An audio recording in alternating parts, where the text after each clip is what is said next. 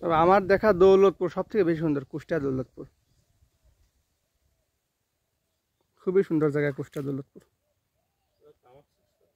খুব তামাক চাষ করে, তামাক এখনো কুসুর হয় ওইদিক, এখনো কুসুর ভাঙে।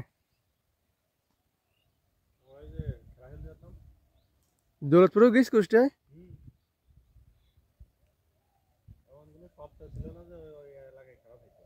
দৌলতপুরে বাবা মেলা ধরে গেছি তো।